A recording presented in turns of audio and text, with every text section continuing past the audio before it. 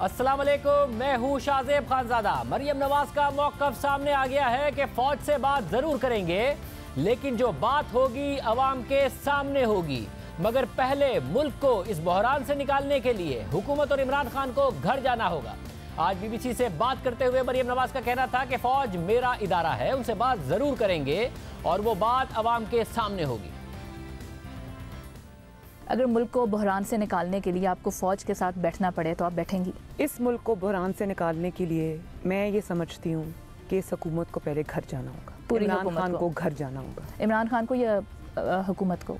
इमरान खान और हुकूमत को घर जाना होगा। इस मुल्क को बहरान से निकालने के लिए अगर कोई तरीका है वो एक ही है कि ये जाली हुकूमत अपने घर जाए और फ्री एंड फेयर इलेक्शंस हों और अवाम की नुमाइंदा हुकूमत आए। आप हुकूमत के खात्मे की बात करती हैं, तो हुकूमत का खात्मा कैसे करेंगी? कोई आईनी तरीका, गैर आईनी तरीका, वोट ऑफ नो कॉन्फिडेंस? तो नहीं हो सकता। आपके फादर भी ट्रूथ एंड रिकन्सिलिएशन कमीशन की बात करते हैं, तो वो उसको भी पूरा करने के लिए आखिर आपको स्टेक होल्डर्स के साथ बैठना तो पड़ेगा।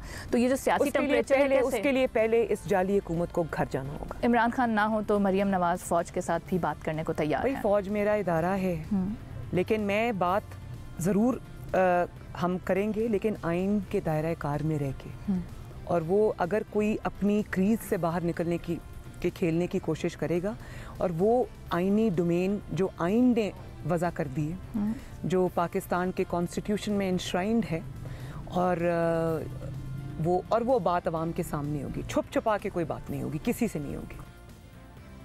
हुकूमत को घर जाना होगा, गैर आईनी तरीके से नहीं, आईनी तरीके से घर जाना होगा। बात अगर होगी फ़ौज से तो वो अवाम के सामने होगी, कोई क्रीज से बाहर निकल के या आइन से हटकर बात नहीं होगी। साथ ही मरियम नवाज ने दावा किया कि एस्टैब्लिशमेंट ने उनके इर्द गिर्द के लोगों से राब्ते किए हैं, वो किसी इदारे के खिलाफ नहीं, लेकिन अगर आगे बढ़ना है तो इमरान खान को घर जाना होगा। कुछ इस तरह की खबरें भी आ रही हैं कि एस्टैब्लिशमेंट इज़ रेडी कि वो बातचीत करे। हाँ, ये खबरें आ रही हैं। आपके पास ऐसा कोई राब्ता हुआ? मेरे इर्द गिर्द लोगों से बहुत सारे ऐसे राब्ते हुए, तो आप इससे डायरेक्टली नहीं। आप इन पे सीरियस थॉट्स आपकी हैं पीडीएम के प्लेटफॉर्म से भी और पीएमएल से भी? मैंने आपको अपनी थॉट बता दी है कि मैं किसी भी इदारे के ख़िलाफ़ नहीं हूँ। मैं सिर्फ ये समझती हूँ कि अगर हमने आगे बढ़ना है तो इस हुकूमत को और इस इमरान खान को घर जाना होगा। नून लीग की क़यादत पहले ही इदारा जाती डायलॉग की बात करती रही है, पीडीएम की क़यादत बात करती रही है। अब वो वाज़े तौर पर कह रही हैं कि फ़ौज से बात हो सकती है, लेकिन इमरान खान को घर भेजने की बात भी साथ कर रही हैं। जबकि इससे पहले नवाज शरीफ का यही मौक़िफ़ रहा है कि इमरान खान निशाना नहीं है, उनका हदफ कोई और है। खुद मरियम नवाज कहती रही हैं कि नवाज शरीफ ने फैसला कर लिया है कि किसी से भी कोई बात नहीं होगी, जंग लड़ेंगे तो अवाम के बलबूते पर लड़ेंगे। खान जैसी कठपुतलियों से तो कोई बात नहीं करता, उनके पीछे जो डोरिया हिलाने वाले लोग उनसे बात करते हैं। लेकिन एक फैसला मियाँ साहब ने कर लिया है कि किसी से कोई बात नहीं होगी। अगर अपनी जंग लड़ेंगे तो आवाम के बलबूते पे लड़ेंगे, अपने असूलों पे लड़ेंगे और दैट्स इट। मगर अब मरियम नवाज की पॉलिसी में तब्दीली क्यों आई है, क्या वजह हुई है? क्या बिलावल भुट्टो जरदारी या फिर जो सीनियर लीडरान हैं नून लीग के, उनकी बात मानी गई है, या फिर पीपल्स पार्टी का जो सॉफ्ट स्टांस है उसकी वजह से सॉफ्ट अपना भी स्टांस किया गया है? हमारे साथ नून लीग के रहनुमा एहसन इकबाल साहब मौजूद हैं। एहसन इकबाल साहब, बहुत शुक्रिया मैं शो में ज्वाइन करने के लिए। एहसन इकबाल साहब, आपकी पार्टी में भी लोग मौजूद हैं जो टफ स्टांस है उसके खिलाफ थे कि जी इतना पब्लिकली हमें सख्त बयानियां नहीं देना चाहिए। क्या उसकी वजह से डायलॉग की बात कर रही हैं मरियम नवाज साहिबा, या जो पीपल्स पार्टी करीब इस वक्त जाती नजर आई है और वो उसकी वजह से बात करती नजर आई हैं, या बिलावल भुट्टो जरदारी ने समझाया, आप लोगों ने समझाया, किस वजह से बात कर रही हैं? कि शाहजेब साहब, जैसे आपको पता है कि अभी हाल ही में पीडीएम की लीडरशिप का इजलास हुआ था और उसमें भी इस बात का इत्तेफाक किया गया था कि अगर किसी किस्म की कोई बातचीत होगी तो वो पीडीएम के प्लेटफॉर्म से होगी, और मरियम साहबा ने भी यही बात की है। और इससे पहले मैं भी कई प्रोग्राम्स में शाहिद खाकान अब्बासी साहब, राना सनाउल्लाह साहब, ख्वाजा आसिफ साहब, हमारी तमाम लीडरशिप ये कहती रही है कि बिल आखिर पाकिस्तान को एक ग्रैंड नेशनल डायलॉग की जरूरत है, जिसमें तमाम स्टेक होल्डर्स बैठ के को रूल्स ऑफ द गेम पर इत्तेफाक करें कि इस मुल्क को अगर हमने आइन के मुताबिक चलाना है तो क्या कोड ऑफ कॉन्डक्ट होना चाहिए, क्या डूज होने चाहिए, क्या डू नॉट्स होने चाहिए। आप सब ये बात कर रहे थे, के प्लेयर्स हैं, जब तक वो किसी एक ज़ाब्ता अखलाक पर इत्तेफाक नहीं करेंगे तो वही खेल चलता रहेगा जो 73 साल से हम देख रहे हैं और क्या हमारे पास अब मजीद गुंजाइश है कि हम इसी चीज को साल साल 2-2 साल के वक्फे से बार बार दोहराते रहें? मैं समझता हूं कि इस वक्त जो मुल्क की मुआशी सूरत हाल है, जो हमारी सियासी सूरत हाल है और जो हमारे खित्ते की दीगर डेवलपमेंट्स हैं, अब हमारे पास we have no time to, और इसलिए सब स्टेक होल्डर्स को बैठना पड़ेगा। मैं भी ये बात कई दफा कह चुका हूं। आप लोग तो कह रहे थे पीडीएम का, ऐसे नहीं आप लोग कह रहे थे, मगर ऐसे मतलब आप लोग कह रहे थे पीडीएम के प्लेटफॉर्म से भी ये बात हो रही थी, मगर मरियम नवाज साहिबा और नवाज शरीफ साहब मुसलसल हीट बढ़ा रहे थे। पीडीएम पर इस्टेब्लिशमेंट की बात होती थी, नवाज शरीफ साहब नाम लेते थे, पीपल्स पार्टी के उस पर तहफुजात नजर आते थे। मरियम नवाज साहिबा कहती थी डायलॉग हो ही नहीं सकता, हुकूमत से भी नहीं, इसके पीछे जो लोग हैं उनसे भी नहीं। नवाज शरीफ साहब कहते थे मेरी तो जंग ही नहीं है इमरान खान से, इमरान खान के लाने वालों से मेरी जंग है। ये सॉफ्ट जो स्टांस हुआ है, जो आपकी पार्टी में लोग मौजूद हैं जो चाहते थे कि जी जरा हमें इस बयानिए को इस लेवल पर नहीं ले जाना चाहिए, उनकी वजह से हुआ है, या फिर पीपल्स पार्टी जो सॉफ्ट ज्यादा हुई है उसकी वजह से हुआ है कि कहीं पीपल्स पार्टी हमसे अलग ना हो जाए? किस वजह से हुआ है? नहीं, मैं नहीं समझता कि कोई ऐसा मौकफ तब्दील हुआ है। जो असूली मौकफ है वो बरकरार है। नवाज शरीफ साहब का बयानिया भी अपनी जगह बरकरार है, लेकिन साथ ही साथ जिस तरह हम अपनी तहरीक में आगे बढ़ रहे हैं, ये भी जरूरी है कि हम लोगों को वे फॉरवर्ड बताएं। हम कोई तहरीक बराए तहरीक तो नहीं चला रहे, हम तो पाकिस्तान को इस दलदल से निकालने की जद्दोजहद कर रहे हैं। ये डेमोक्रेटिक मूवमेंट का हदफ ये तो नहीं है कि खाली हम इमरान खान को निकाल दें, उसके बाद फिर एक नए खेल का आगाज कर दें। हमारा मकसद तो यह है कि हम इस मुल्क के सियासी ढांचे की आइन की रोशनी में तामीर नौ करें, जो मुस्तकिल हो, जो मुस्तहकम हो, जो हमारी मईशत को सहारा दे सके, मईशत मजबूत हो, और उससे फिर हमारे मुल्क का दिफा भी मजबूत होगा। तो लिहाजा ये कुदरती बात है कि जब आप तकरीबन हाफ वे आगे जा चुके हैं अपनी जिद्दोजहद के, हर बंदा आपसे सवाल करता है कि आपकी मंजिल क्या है, तो उस चीज का जवाब देना भी जरूरी है कि हम खाली तहरीक बराए तहरीक नहीं चला रहे। हम इस मुल्क के अंदर इस आइन के मुताबिक एक ऐसा निजाम वज़ा करना चाहते हैं जिसमें दोबारा उन मसाइल का हमें सामना ना करना पड़े जिनका हम माजी में शिकार होते रहे हैं। बस इसका तीसरा पहलू भी है, क्या जो पैगामात का भी उन्होंने इशारा दिया कि उनसे बराह रास्त तो नहीं मगर उनके इर्द गिर्द के लोगों से राब्ता किया गया है, और वो जाहिर इशारा दे रही थी कि एस्टैब्लिशमेंट की तरफ से किया गया है। क्या ये इस वजह से सॉफ्ट स्टांस हुआ है कि जी हुकूमत से शायद फासला हुआ है? वजीर आजम कुछ और बात करते थे, मगर जो सिंध पुलिस के साथ हुआ उस पर जो आर्मी चीफ की इंक्वायरी कमेटी है उसने रिपोर्ट कोई और दी, जो आपने मुस्तरद की, बिलावल भुट्टो जरदारी ने वेलकम की, और जो राब्ते हुए उसकी वजह से सॉफ्ट हुई है। ये बात इररिलेवेंट है कि किसी से राब्ता हुआ या नहीं हुआ। एक असूली फैसला ये किया गया है कि पाकिस्तान डेमोक्रेटिक मूवमेंट की जमातें और उनकी क़यादत जो भी कोई आगे की हिकमत अमली या लायामल होगा उसको इत्तफाक राय से मिलकर बनाएंगे। तो लिहाजा इसमें किसी एक पार्टी के बातचीत करने का सवाल नहीं पैदा होता। मैं समझता हूं कि इस इमरान खान साहब की हुकूमत को जो एक डिस्टॉर्शन इस सिस्टम में आई थी पिछले इलेक्शन के जरिए, जाली तौर पर ये आए, और उसका नतीजा आज ये है कि हम शदीद इक्तसादी मसाइल से दो चार हैं। कश्मीर हम खो बैठे हैं और मुल्क सियासी महाजराई की तरफ मुसलसल जा रहा है। हमारे मुल्क के अंदर इंतजामी ढांचा मफलूज होकर रह गया है। क्या इस सूरत हाल के साथ हम आगे चल सकते हैं? नहीं चल सकते। तो एक रीसेट की जरूरत है, और वो रीसेट तभी होगा कि जब एक फेयर एंड फ्री इलेक्शन हो। लेकिन फेयर एंड फ्री इलेक्शन खुद भी काफी नहीं है जब तक कि रूल्स ऑफ द गेम पर भी सब लोग इत्तफाक ना करें। ऐसा ना हो कि इलेक्शन के बाद साल 2 साल के बाद हम फिर इसी दलदल का शिकार हुए हों, फिर वही पुराना खेल शुरू हो जाए। पाकिस्तान को एक डेकेड ऑफ स्टेबिलिटी चाहिए। अगर हमने अपने आप को इक्तिसादी तौर पे वापस लाना है, हमने अपने मगर ऐसा नहीं बात साहब, उस फ्री एंड फेयर उस 10 साल का अरसा चाहिए। उस इलेक्शन के रास्ते के लिए और इस हुकूमत को उस रास्ते से हटाने के लिए आप भी अंपायर की उंगली ही की तरफ देख रहे हैं कि एस्टैब्लिशमेंट इस हुकूमत को हटाए और इलेक्शन का रास्ता हमवार करे। को रास्ते से हटाने के लिए एम्पायर की उंगली की तरफ नहीं देख रहे, अवाम की उंगली की तरफ देख रहे हैं, और अवाम ने अपनी उंगली खड़ी कर दी है। ये उंगली कराची के जलसे में भी खड़ी हुई है, ये कोयटा के जलसे में भी खड़ी हुई है, ये गुजरांवाला के जलसे में भी खड़ी हुई है, ये पेशावर के जलसे में भी खड़ी होगी, और आप देखेंगे लाहौर, मुल्तान और दीगर जितने हमारे इज्तिमात हैं उन सब में अवाम अदम एतमाद कर रहे हैं। इस महंगाई से, इस बेरोजगारी से एक गरीब आदमी जो है वो तो हमसे अब नाराज हो रहा है कि आप इतनी देर क्यों कर रहे हैं, इस हुकूमत को बर्दाश्त क्यों कर रहे हैं। तो लिहाजा जब अवाम की उंगली खड़ी हो जाए फिर कोई हुकूमत ऑक्सीजन या अवाम को नहीं चल सकती। महंगाई तो गिलगित बल्तिस्तान में भी है, आप लोगों ने भरपूर कैंपेन भी की है, इमरान खान सबसे मकबूल लीडर के तौर पर सामने आए हैं, पीटीआई सबसे मकबूल जमात के तौर पर वहां सामने आई है, तो कैसे अवाम ने उंगली उठा दी?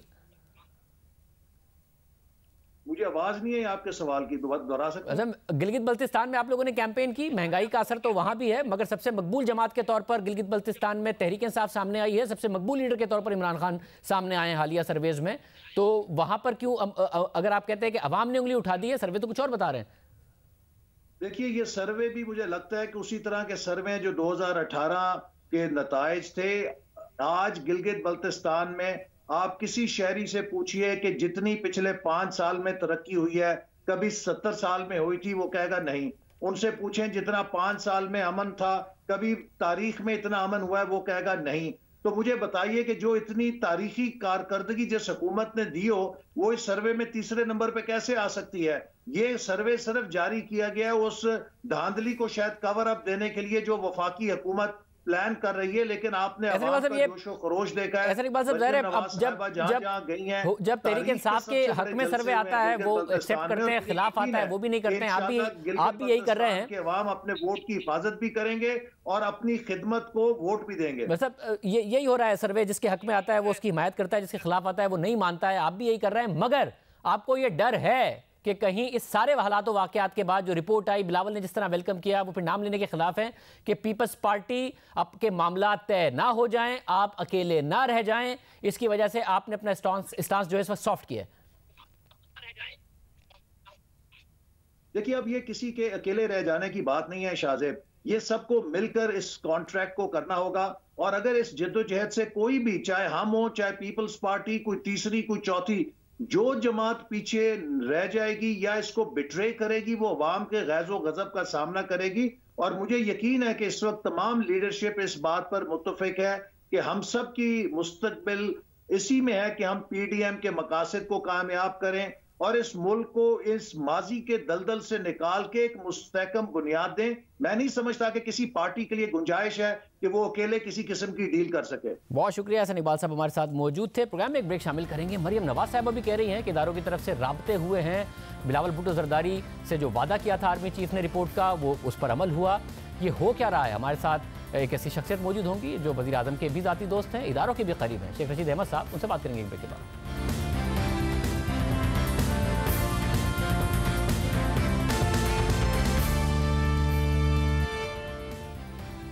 शेख रशीद अहमद साहब हमारे साथ मौजूद हैं। शेख साहब बहुत शुक्रिया मैं शो में ज्वाइन करने के लिए। शेख साहब, मरियम नवाज साहिबा कह रही हैं कि इदारों के साथ डायलॉग हो सकता है, उनके आसपास के लोगों से राब्ता भी किया गया है। आपने तो कहा था कि नून लीग के ऊपर फौज ने क्रॉस लगा दिया है, ये क्या हो रहा है?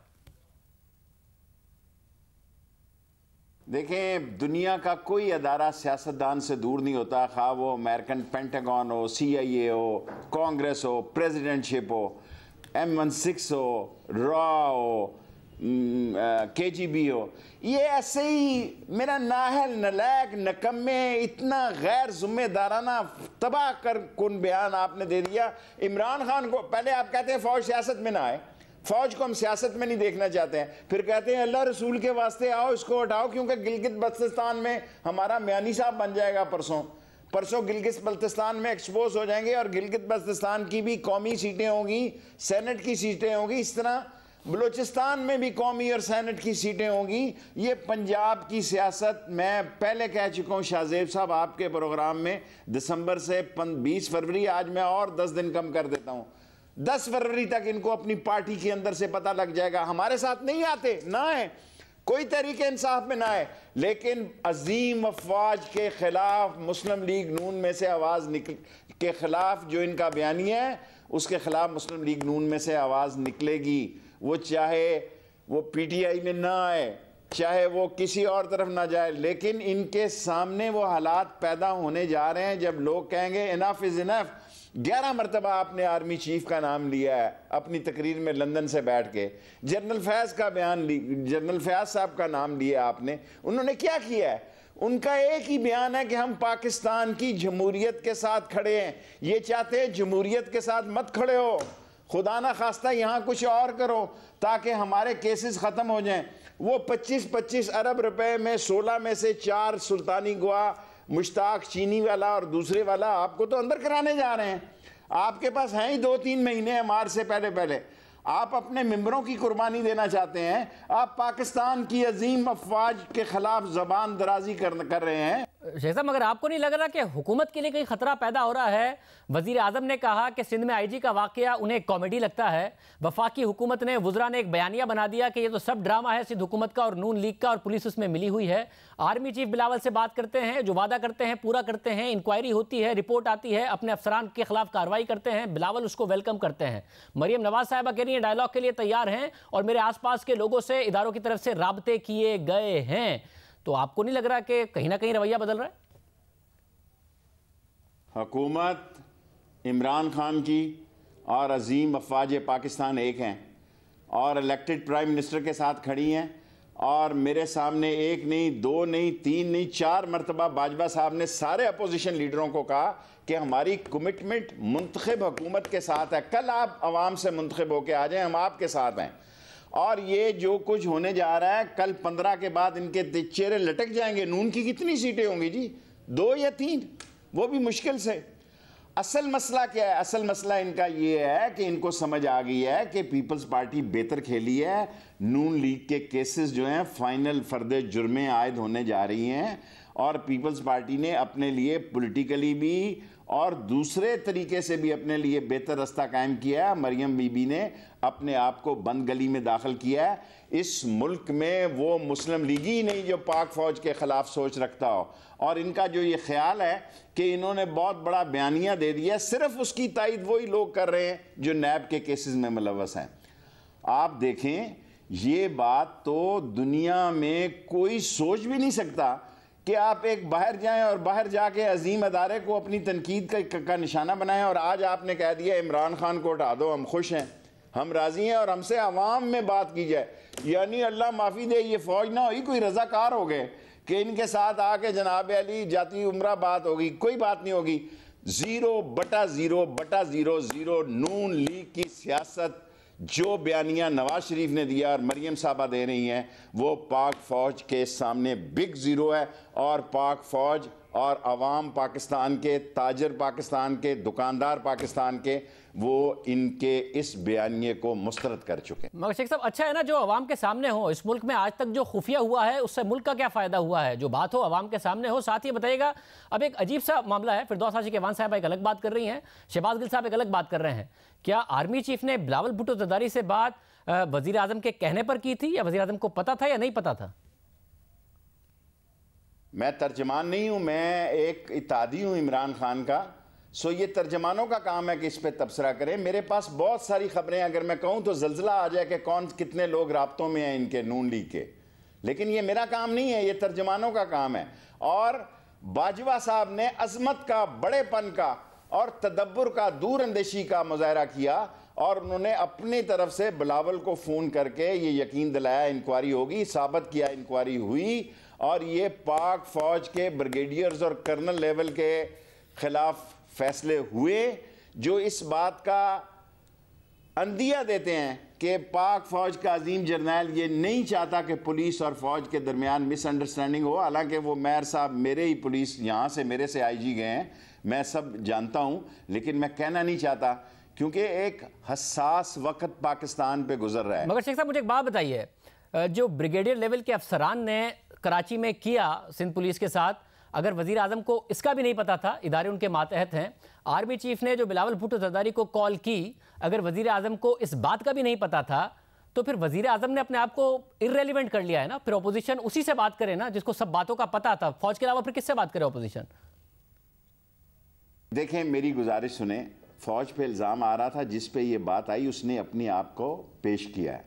सो आप आज आके बात इमरान खान का, इमरान खान कहीं नहीं जा रहा यार, कहीं नहीं जा रहा इमरान खान। ये 15 तारीख परसों आ जाए, उसके बाद हलचल पैदा होगी। ये नवंबर दिसंबर की बात दे रहे हैं, मैं जनवरी फरवरी की बात कर रहा हूं। जनवरी फरवरी तक ये जलसे रहेंगे। एक बंदा अपोजिशन कर रहा है जिसका नाम है फजलुर रहमान। किस बुनियाद पे कर रहा है, उसकी बेस क्या है, उसके पीछे क्या है, उसके पीछे फोर्सेस क्या हैं, वो बात करनी मुनासिब नहीं है। एक बंदा सियासत कर रहा है हुकूमत के खिलाफ, उसका नाम है मौलाना फजलुर रहमान, वही नून लीग से अटैच है। पीपल्स पार्टी सियासी तदब्बर और दूरअंदेशी का काम कर रही है, कोई ऐसी बात नहीं कर रही जो गैर जिम्मेदाराना हो।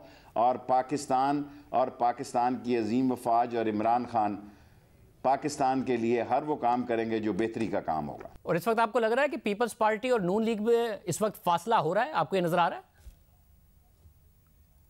मैं तो बहुत पहले ये कह चुका हूं कि पीपल्स पार्टी जो है ज्यादा अरसा इस तरह नहीं चल सकती और दूसरी पार्टियां भी चलेंगी। अभी मैं आपके शो में कह रहा हूं, मेरे नजदीक एक आदमी गेम डाल रहा है सारी। और फजलुर रहमान ने नवाज शरीफ साहब के साथ मिलकर जो प्रोग्राम बनाया है, जो उनका एजेंडा है, वो इस मुल्क में नाकाम होगा जी। पाक फौज किसी ऐसे एजेंडे को कामयाब नहीं होने देगी जिससे मुल्क की सलामती के लिए खतरात पैदा होते हैं। वैसे तो वज़ीर आज़म तो साफ कहते हैं मैं तो बात करूंगा नहीं, ना पीपल्स पार्टी से ना नून लीग से। तो ये जो पीपल्स पार्टी में और नून लीग में बकौल आपके फासला आ रहा है, ये फासला कौन करा रहा है अगर वज़ीर आज़म कुछ कर ही नहीं रहे? आसफ जरदारी खुद उसने PhD की हुई है अपने मफादात के लिए, उसने डॉक्टरेट की है, कोलंबिया ऑक्सफोर्ड है, क्या किसका नाम लूं आपका, वो उसने कोलंबिया से, हार्वर्ड से, एसेक्स से, सेसेक्स से, इन सारी यूनिवर्सिटियों के निचोड़ से इस अपने मफाद की उसने डिग्री की हुई है। उसको पता है कि किस वक्त क्या करना है। ये बेवकूफ़ लोग हैं, गैर सियासी लोग हैं। नवाज शरीफ और उसकी बेटी, सियासत इनके लिए मफाद का नाम था। मफाद जब गर्दिश में आया, मफाद जो है वो इमरान खान के घेरे में आया, कानून के दायरे में आया, तो चीखें निकलने लगी। अभी तो चीखों का सीज़न शुरू हो जाएगा और बहुत सारी बातें सियासी जो हैं वो आने वाली हैं। और इन सारी सियासी बातों में जो कुछ नवाज शरीफ साहब ने और मरियम साहबा ने सोचा वो गलत सोचा है और इनका उनको पॉलिटिकल नुकसान होगा। फजलुर रहमान की 6% वोटें हैं, 9 सीटें हैं, 9 सीटें हैं, 6% कुल पाकिस्तान में वोटें हैं। वो क्या एजेंडा है, उसके मामलात क्या हैं, वो अभी वो वक्त नहीं है कि उस पर बात की जाए। मगर मुझे सीनियर सियासतदान के तौर पर एक बात बताइए, आपने पाकिस्तान की सियासत के जो सवाल देखे हैं, क्या वजीर आजम को खुद आगे बढ़कर अपना एक किरदार नहीं अदा करना चाहिए? जो भी पॉलिटिकल मैनेजमेंट है नजर नहीं आना चाहिए कि वो खुद कर रहे हैं, या ये तासुर जाना चाहिए कि वजीर आजम तो साइड में बैठे हैं और ये तासुर दे रहे हैं कि उनके अलावा कोई ऑप्शन नहीं है, इसलिए सारी मैनेजमेंट उनके लिए इदारे करें? देखें, प्राइम मिनिस्टर ने कहा मैं मुज़ाकरात के लिए तैयार हूँ, मुशावरा। मैं प्राइम मिनिस्टर के बिहाफ पर कहते हैं कि बंद गली में दाखिल ना हो, डायलॉग शुरू करें। सिवाय नैब के केसेस और चोरी के केसेस और करप्शन के केसेस वापस नहीं होंगे। अगर किसी को इसके अलावा कोई जमहूरी मसला है, कोई सियासी मसला है, कोई आइनी मसला है, कोई कानूनी मसला है, हम बैठ के अपोजिशन के साथ बात करने के लिए तैयार हैं। डायलॉग के दरवाजे कोई सियासतदान बंद नहीं किया। वैसे मगर नैब के केसेस पर बात आप क्यों नहीं करेंगे अगर यही मसला है? 2.25 साल में नैब के केसेस में साबित क्या हुआ है? कितने पैसे रिकवर हो गए इन सियासतदानों से? अब अदालतें कह रही हैं कि नैब सियासी इंजीनियरिंग के तौर पर इस्तेमाल हो रहा है। आपके वुज़रा कह रहे हैं कि ब्यूरोक्रेसी ने काम करना छोड़ दिया है नैब के डर से। नुकसान तो आप ही का हो रहा है, तो क्यों नहीं बात करनी है इस पर जब अदालतें कह रही हैं कि सियासी इंजीनियरिंग है? ये सारे केसेस नवाज शरीफ ने आसिफ जरदारी पर बनाए और आसिफ जरदारी ने नवाज शरीफ पे बनाए। मैं दोबारा दोहराता हूं, ये सारे केसेस जो इस वक्त नैब में हैं, ये नवाज शरीफ साहब ने आसिफ जरदारी पे बनाए और आसिफ जरदारी ने नवाज शरीफ में बनाए। आसिफ जरदारी दिल में रख कर मारता है, दिल में छाती के साथ लगा के ताश खेलता है। कभी माफ नहीं करेगा नून लीग को, किसी कीमत पे माफ नहीं करेगा नून लीग को। ये वक्त बताएगा, ये रिकॉर्ड रख लेना कि आसिफ जरदारी डिफ्रीजर में रख के खाता है और वो PhD है उसकी ये सारे केसेस, ये शहबाज का एक केस के अलावा जितने के नैब में इस वक्त हैं, सब या नून ने पीपल्स पार्टी पे बनाए या पीपल्स पार्टी ने नून पे बनाए हैं। मुंह साफ कर लेते हैं, कहते हैं नहीं जनाब है वो तो पुरानी, कहते हैं घसीटेंगे, लंबा डाल देंगे, 76 मारेंगे, लंबा रस्सा डालेंगे। सब इस दौर में भी काफी केसेस बने, मगर अगर केसेस पुराने भी हैं तो अदालतें आज कह रही हैं कि सियासी इंजीनियरिंग हो रही है, अदालतें आज कह रही हैं कि पॉलिटिकल विक्टिमाइजेशन हो रही है। आज ये हो रहा है कि नैब चेयरमैन की एक मुबैना वीडियो सामने आती है, फिर ऑपोजिशन इल्जाम लगाती है कि उस वीडियो की वजह से नैब चेयरमैन कॉम्प्रोमाइज हो गए हैं और हुकूमत के हाथों ब्लैकमेल हो रहे हैं। ये आज हो रहा है। देखें, मैं कोर्ट्स पे कुछ नहीं कह सकता। कोर्ट्स हैं, कोर्ट्स जो कहें काबिल एहतराम हैं। और चीफ जस्टिस ने मेरी ज़िंदगी में बहुत बड़ा फैसला दिया कि 120 अदालतें बनाएं। मैं समझता हूं कि इन चोरों को, हमारे समेत जो हम में चोर है, उनको भी नकेल डालने का एक ही तरीका है जो सुप्रीम कोर्ट के चीफ जस्टिस ने कहा, 120 अदालतें बनाओ। ये जो लंबी लंबी डेटें 6-6 साल की पड़ रही हैं, ये 2-2 महीने में केस फारग हों, गोली अंदर हो, चूहा जलंदर हो, जो अंदर होगा वो अंदर होगा, जो बाहर होगा वो कलंदर होगा। रात गई बात गई, इसमें किसी का क्या मसला है? 120 अदालतें इस मुल्क की जमहूरियत की इस्तेहकाम का फैसला जो सुप्रीम कोर्ट ने दिया है। सब मगर कुछ साबित हुआ नहीं। आपके वुज़रा कहते हैं गंदुम क्राइसिस आया, आवाम के 400 अरब का नुकसान हो गया कि जी ब्यूरोक्रेसी काम नहीं करती। चीनी के क्राइसिस में ब्यूरोक्रेसी काम नहीं करती। नैब के केसेस से साबित कुछ हुआ नहीं, बिजनेस कम्युनिटी को शिकायत हुई। तो ये आप लोगों को ज़्यादा नुकसान हुआ है, हुकूमत को ज़्यादा नुकसान हुआ है इनका? मेरे साथ कोई ब्यूरोक्रेट ऐसा नहीं जिसने काम नहीं, मेरे साथ ऐसा नहीं था, मेरे साथ ऐसा नहीं था। मतलब फिर बुज़रा ये झूठ बोलते हैं, अपनी नाकामियां और अपनी इनएफिशिएंसी को ब्यूरोक्रेसी पे डालते हैं। देखें, मैंने आपसे अर्ज की, पाकिस्तान में सबसे सीनियर सियासी वर्कर हूं, सबसे सीनियर वजीर हूं, 14वीं वजारत कर रहा हूं। एक ब्यूरोक्रेट से मुझे इख्तलाफ नहीं है, अल्लाह के फजलो करम से तमाम के तमाम ब्यूरोक्रेट्स को सलूट पेश करता हूं। उन्होंने मुझसे तावन किया और मेरे काम को जो मैंने डायरेक्शन दी उसको फॉलो किया। तमाम के तमाम ब्यूरोक्रेट्स मेरे साथ खड़े हुए। जब मैं आया उन्होंने मुझे वेलकम किया। जब मैं 14 वजारतों को छोड़ गया, वो गेट तक मुझे छोड़ने के लिए आए। मेरे लिए काफ़ी है। बहुत शुक्रिया शेख रशीद अहमद साहब हमारे साथ मौजूद थे। अब वज़ीर आज़म को उस फ़ोन कॉल का जो बिलावल भुट्टो ज़रदारी को हुई, पता था या नहीं पता था, मुतज़ाद बयानात आपको दिखाएंगे एक ब्रेक के बाद।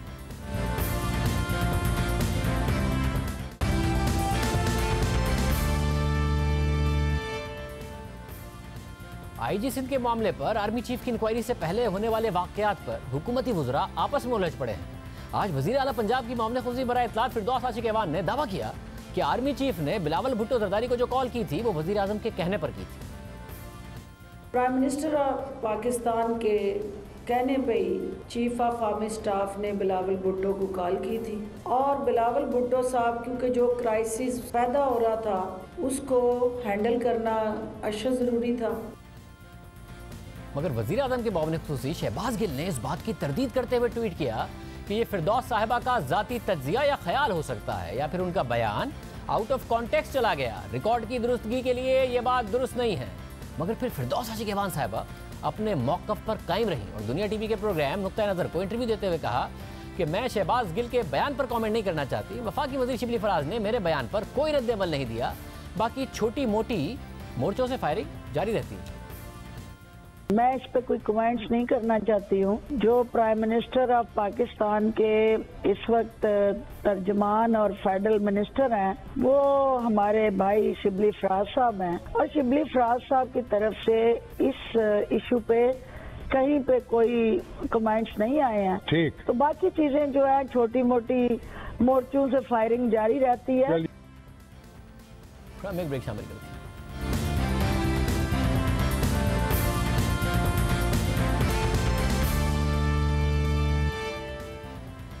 पाकिस्तान की मईशत के लिए बेहतर खबर सामने आई है। एक तरफ बैरून मुल्क से आने वाली रेमिटेंसेज मुसलसल 5 माह से $2 अरब से जायद रही हैं, तो दूसरी जानिब डॉलर के मुकाबले में रुपए की कदर में भी बेहतरी आ रही है। आज स्टेट बैंक के जारी करदा आदाद-ओ-शुमार के मुताबिक अक्टूबर में रेमिटेंसेज $2.3 अरब रिकॉर्ड की गई, जिसके बाद जुलाई से अक्टूबर की कुल रेमिटेंसेज $9.4 अरब तक पहुंच गई हैं, जो पिछले साल इन्हीं महीनों में आने वाली तरसीलात ज़र के मुकाबले में 26.5% ज्यादा है। स्टेट बैंक के एलामिया के मुताबिक रेमिटेंसेज में इजाफा, पाकिस्तान फॉरेक्स स्ट्रक्चर में बेहतरी और पाकिस्तान रेमिटेंसेज इनिशिएटिव की कोशिशों से हुआ, जिसके तहत मुल्क में आने वाली तरसीलात ज़र अब बाज़ाब्ता ज़राए से आ रही हैं, जबकि सरहद पार आमदोरफ्त कम होने की वजह से भी तरसीलात ज़र में बेहतरी आई है। ये एक अच्छी खबर है। स्टेट बैंक के इक़दाम का फ़ायदा हो रहा है। करंट अकाउंट इस वक्त कंट्रोल में है और इस सब की वजह से पाकिस्तानी रुपए में अमरीकी डॉलर के मुकाबले में भी इजाफा हो रहा है और अब रुपया 7 माह की बुलंद तरीन सतह $158.33 पर आ गया है। अपनी कम तरीन सतह से रुपए में $10 से ज्यादा की बेहतरी आ चुकी है। तज्जियाकारों के मुताबिक रुपए की कदर में बेहतरी की वजह तरसीलात ज़र में मुसलसल इजाफा और हालिया तिजारती अदाद-ओ-शुमार हैं, जिनमें करंट अकाउंट में इस्तेहकाम नजर आ रहा है। और अगर आने वाले दिनों में तरसीलात ज़र में इजाफा बरकरार रहा और बरामदात में भी इजाफा हुआ तो रुपए की कदर में इस्तेहकाम कायम रह सकता है और उसके महंगाई पर भी मस्बत असरात होंगे। एक और अहम खबर है, उस पर बात करेंगे एक ब्रेक के बाद।